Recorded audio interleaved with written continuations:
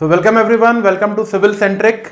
और जैसा कि हमने पिछले लेक्चर में देखा था, हम पार्टिकल साइज डिस्ट्रीब्यूशन एनालिसिस पढ़ रहे थे। पार्टिकल साइज डिस्ट्रीब्यूशन एनालिसिस में मैंने आपको सीव एनालिसिस कैसे परफॉर्म करते हैं ये बताया था, एंड उसके बाद एक टेबल ड्रॉ किया था हमने, जो रिजल्ट्स हमको मिले थे। भाई सीव एनालिसिस में करना तो यही था ना, मिट्टी को रख के छन्नी से छान देना था, बस यही तो था। किस छन्नी पे, किस सीव पे कितनी मिट्टी रुकी है ये वेट कर लेना था, और उसके हिसाब से मैंने एक टेबल ड्रॉ किया था। रेफरेंस के लिए आपको वापस से वो टेबल दिखाता हूं। The table was something like this. यही टेबल पे हमने कहानी खत्म की थी। Size, weight retained, percentage weight retained, cumulative percentage weight retained और परसेंटेज फाइनल। ये टेबल बन गया। लेकिन इस टेबल से मुझे मिला क्या?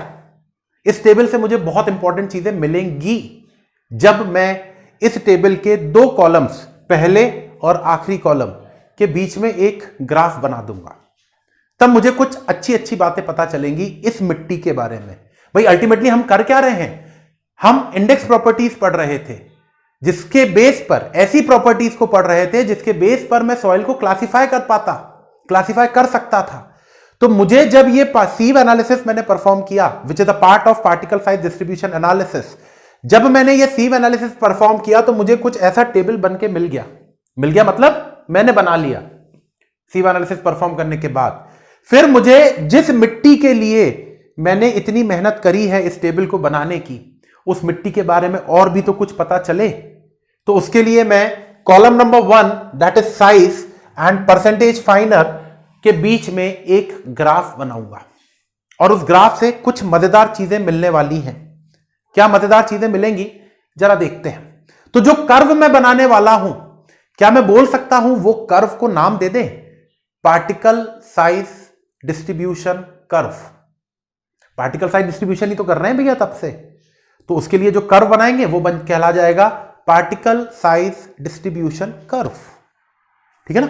तो जरा देखते हैं ये जो नया चीज मुझे मिला, पार्टिकल साइज डिस्ट्रीब्यूशन कर्व। किसी ने पूछ लिया कभी वाइवा में? गेट वाला तो इसका डेफिनेशन तो नहीं पूछेगा कभी। वाइवा में पूछ लिया किसी ने, किसी इंटरव्यू में आपसे पूछ लिया कि भैया ये पार्टिकल साइज डिस्ट्रीब्यूशन कर्व होता क्या है? किन दो चीजों के बीच में ये कर्व बनता है? भाई कर्व बनेगा तो दो वेरिएबल्स के बीच में तो बनेगा ना।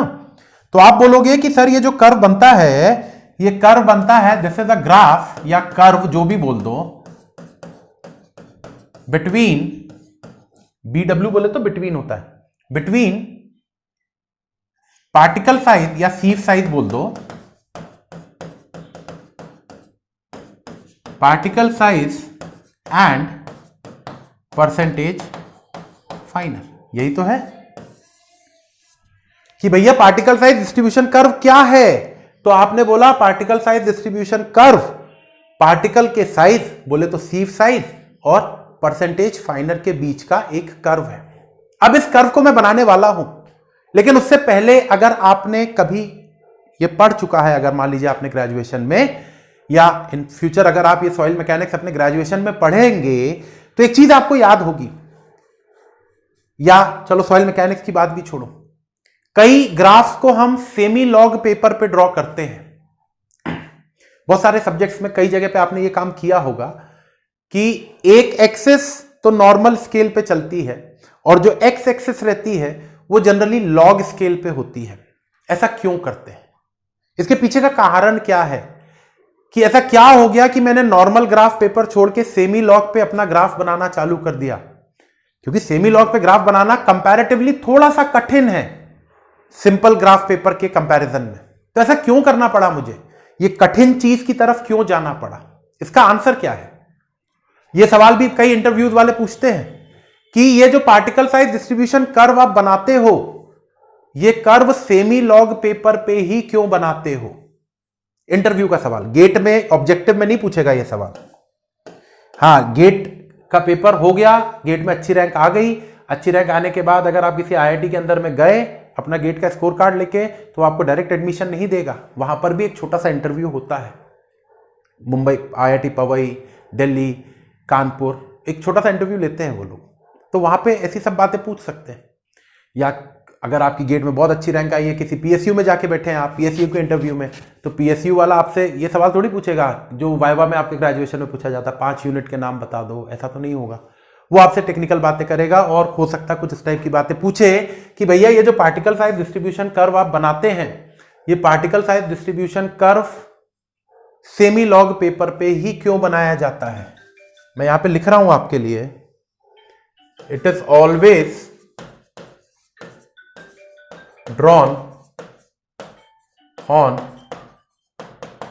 Semi log graph. ये याद रखने के लिए कि इसको हम हमेशा सेमी लॉग ग्राफ पे बनाते हैं।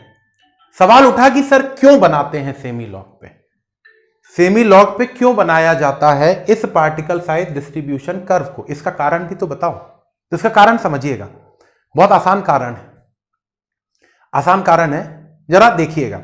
इसका रीजन जानना है मुझे कि why this particle size distribution curve is drawn on semi log graph. देखो भाई, मैंने जो टेबल बनाया था वो था साइज, यहां पे सीफ साइज थी, फिर कुछ कॉलम्स थे और फाइनली यहां पर था परसेंटेज फाइनल। मैं पहला और आखिरी कॉलम बना रहा हूं, बीच में 3 कॉलम और थे, वो नहीं ड्रॉ किया मैंने। चलिए जरा देखेंगे ध्यान से, मैं ऐसी कुछ भी लिख रहा हूं, वो पुराने टेबल को नहीं बना रहा हूं, मैं ऐसी कुछ भी रैंडम वैल्यूज लिख रहा हूं। परसेंटेज फाइनल सपोज करिए इसका आया क्या वैल्यूज थी जरा देख लेते हैं, उसी हिसाब से एक मान लीजिए ये आया 80%, 60%, 20%, 10%, 5%, ऐसी रैंडम कुछ भी वैल्यू लिख दी। 80% था किस साइज के लिए, सपोज करिए 20 mm साइज के लिए, ठीक है। 60% था 10 mm साइज के लिए, 20% था 4.75 mm साइज के लिए, 10% है 2 mm साइज के लिए और ये है 0.075 mm साइज के लिए। ऐसी रैंडम वैल्यूज लिख दी है मैंने सिर्फ, है ना। अब रीजन मुझे जानना है कि ये ग्राफ सेमी लॉग पे क्यों बनाया जाता है। भाई मुझे ग्राफ बनाना है between the size and percentage final. Percentage final के बारे में एक चीज गौर करो, ये वैल्यू तो 0 से 100 के बीच में ही होगी, कभी 0 से छोटी नहीं हो सकती, 100 से बड़ी नहीं हो सकती। कौन सी वैल्यू, परसेंटेज फाइनल की वैल्यू। ये तो क्लियर है ना भाई, परसेंटेज फाइनल इस साइज से कितने परसेंट पार्टिकल्स छोटे हैं, तो उसकी रेंज क्या होगी 0 से 100। कोई दिक्कत नहीं। अब जरा यहां पे आओ, यहां पे आओ, मजा आएगा अभी। नॉर्मल ग्राफ पेपर जो आता है, 1 रुपए का एक ग्राफ पेपर मिलता है जो स्टेशनरी पे, उसको लेके आना और इस वैल्यूज को, इन वैल्यूज को एक्स एक्सिस पे प्लॉट करना स्केल के साथ। स्केल के साथ मतलब सपोज करिए मैंने बोला 1 सेंटीमीटर बराबर 1 mm, ऐसे एग्जांपल लिया। ये कुछ ना कुछ स्केल तो मानना पड़ेगा ना भैया, ग्राफ बना रहे हो तो मैंने बोला 1 सेंटीमीटर बराबर 1 mm का स्केल मान लिया मैंने। इसकी मैक्सिमम मतलब जो सबसे बड़ी वैल्यू है और सबसे छोटी वैल्यू है, इनके बीच का डिफरेंस देख पा रहे हो कितना है, कितने गुने का डिफरेंस है, कितने टाइम्स का डिफरेंस है, जरा देख पा रहे हो। 20 डिवाइडेड बाय 0.075, जरा करो इसको, कितना आ रहा है 20 डिवाइडेड बाय 0.075, 20 डिवाइडेड बाय 0.075, 266, 266.67। इतने टाइम्स का भाई। परसेंटेज फाइनल में तो कोई दिक्कत नहीं, मिनिमम 0 मैक्सिमम 100, इसके अलावा कुछ भी नहीं जाएगा। आप आराम से 1 सेंटीमीटर इज इक्वल टू 10% का भी ले लेंगे स्केल, तो 10 पॉइंट में आपकी ये वैल्यूज प्लॉट हो जाएंगी। यहां पर कैसे लोगे, कितना खतरनाक वेरिएशन है मैक्सिमम और मिनिमम वैल्यू के बीच में। 266 गुने का फर्क है, 266 टाइम्स का फर्क है फर्स्ट वैल्यू और लास्ट वैल्यू के बीच में। तो याद रखना, अगर कभी भी कोई आपसे यह पूछे कि सेमी लॉग पे ग्राफ क्यों बनाया जाता है, सिर्फ सॉइल मैकेनिक्स के लिए नहीं बोल रहा हूं, ये इन जनरल आपको बता रहा हूं कि कोई सा भी ग्राफ सेमी लॉग पेपर पे बनाने के पीछे का कारण क्या है। कारण समझिएगा, जिन वैल्यूज में मतलब जिस डेटा की मिनिमम और मैक्सिमम वैल्यू में वेरिएशन बहुत ज्यादा है। अब देखिएगा, एक काम मैं आपको बताता हूं, ये बात तो समझ में आ गई कि मिनिमम और मैक्सिमम वैल्यू में वेरिएशन बहुत ज्यादा है। कितने टाइम्स का फर्क आ रहा है? 266 टाइम्स का फर्क आ रहा है between the first and the last value आ रहा है। चलिए काम करता हूं मैं। अब जरा देखना, अगर मैं 20 mm की जगह पे log ऑफ 20 mm पढ़ूं और 0.075 mm की जगह पे log ऑफ 0.075 mm पढ़ूं, अब जरा इन दो की वैल्यूज निकाल के देखिए। इस 20 mm और 0.075 mm में तो भैया 266 टाइम्स का फर्क है, 20 डिवाइडेड बाय 0.075। अब जरा log 20 और log ऑफ 0.075 mm के बीच का वेरिएशन देखो जरा। log 20 की वैल्यू होती है 1.30 और log ऑफ 0.075 की वैल्यू होती है -1.12। जो रेंज 266 टाइम्स का डिफरेंस आ रहा था, वेरिएशन आ रहा था बिटवीन 20 एंड 0.075, वो डिफरेंस 1.30 से -1.12 के बीच में सिमट गया। कब? जब मैंने इन दोनों का लॉग ले लिया। तो जिस डेटा सीरीज में वेरिएशन बहुत ज्यादा होता है वहां पर मैं प्रेफर करता हूं कि उसको लॉग में कन्वर्ट कर दूं। log 20 की वैल्यू आई है 1.3, log ऑफ 0.075 की वैल्यू आई है -1.12। अब तो कुछ भी नहीं है, 1.30 से -1.12 के बीच में तो कितना वेरिएशन है? बहुत ही छोटा वेरिएशन है ना ये तो। इनके बीच की वैल्यूज तो मैं बहुत आराम से प्लॉट कर सकता हूं ना। नाउ आई थिंक कि is it clear to everyone? अभी सभी को क्लियर हुआ भैया कि ये क्या है कहानी, क्यों सेमी लॉग पे बनाया जाता है? क्लियर हो गया। चलिए, जिस डेटा सीरीज में वेरिएशन बहुत ज्यादा है, जहां पर डेटा का वेरिएशन बहुत ज्यादा है, वहां पर मैं सेमी लॉग पे जाता हूं। और अगर मान लीजिए ये दोनों डेटा का वेरिएशन बहुत ज्यादा होता तो लॉग लॉग दोनों एक्सेस को लॉग पे प्लॉट करते हैं। यहां पर परसेंटेज फाइनर तो बेचारा सीधा साधा है, ये तो 0 से 100 के बीच में ही है, बहुत ज्यादा वेरिएशन नहीं था, तो इसको मैंने नॉर्मल स्केल पे प्लॉट किया और साइज को मैं लॉग स्केल में प्लॉट करूंगा। तो एक नॉर्मल स्केल, एक लॉग स्केल, तो सेमी लॉग ग्राफ बन गया। मान लीजिए ये वाला जो वैल्यूज था परसेंटेज फाइनर वाला, ये भी बहुत ज्यादा वेरिएशन में होता, होगा नहीं, अगर होता तो इसको भी लॉग में करते, इसको भी लॉग में करते, एक्स और वाई एक्सिस दोनों लॉग पे चलते हैं। क्लियर? चल अब ग्राफ बनाए, बहुत देर हो गई, ग्राफ इंतजार कर रहा हमारा, वो बोल रहा है कि बनाओ, फटाफट बनाओ मुझे। तो ग्राफ देखिए कैसे बनेगा। ग्राफ मुझे बनाना है between percentage फाइनर and size. Size को रखूंगा मैं लॉग स्केल पे। तो जरा ग्राफ को देखें, ग्राफ कैसा बनेगा। ये मैं ग्राफ बना रहा हूं, सेमी लॉग पे मेरा ग्राफ है। मैंने बोला कि यहां पर y एक्सिस पे तो मैं रख रहा हूं परसेंटेज फाइनर की वैल्यू नॉर्मल स्केल पे। इसके साथ दिक्कत नहीं है मुझे।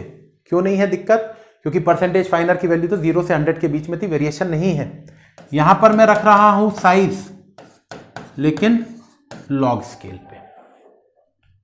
इन्हीं दो के बीच में तो ग्राफ बनाना था मुझे, ठीक है।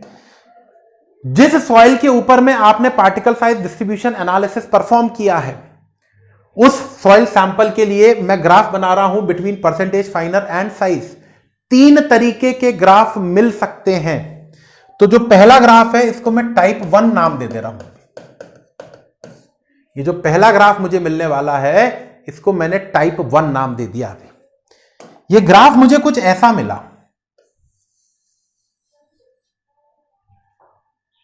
जरूरी नहीं कि एग्जैक्टली ऐसा शेप का मिलेगा, मैं ग्राफ का बिहेवियर देखना है, शेप नहीं देखना है। हो सकता है स्ट्रेट लाइन जैसा दिख जाए, हो सकता है हल्का सा कर्व मिले, ग्राफ का नेचर ऐसा दिखेगा, लेकिन हो सकता है ऐसा ग्राफ मिले आपको। ये केस 1 है हमारा। 3 तरीके के ग्राफ मिल सकते हैं। पहला तरीका, जिस तरीके का ग्राफ मिल सकता है वो ग्राफ कुछ ऐसा है।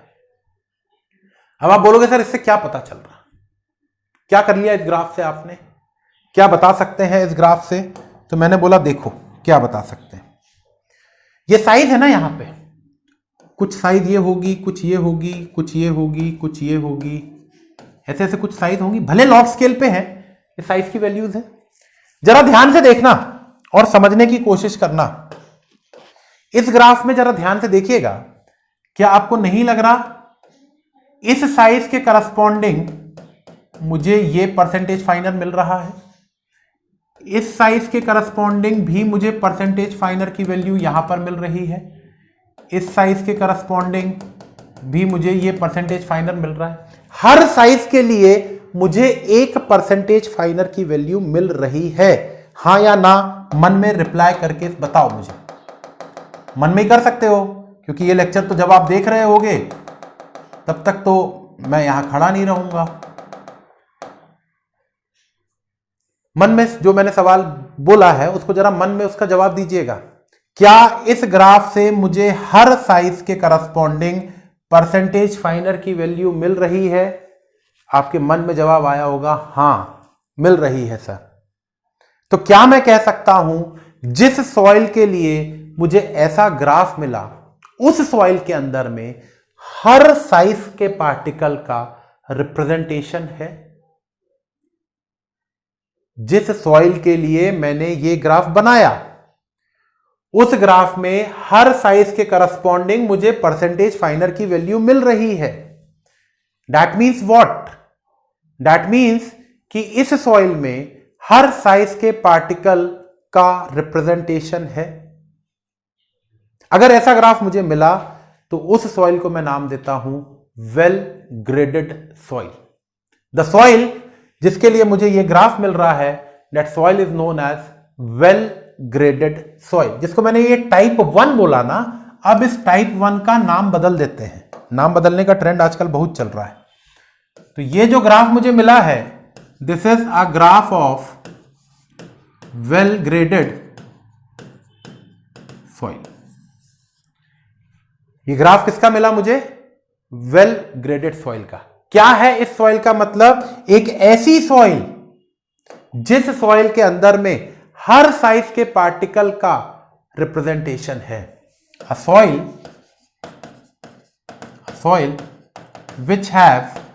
which has a representation of, which has a good representation of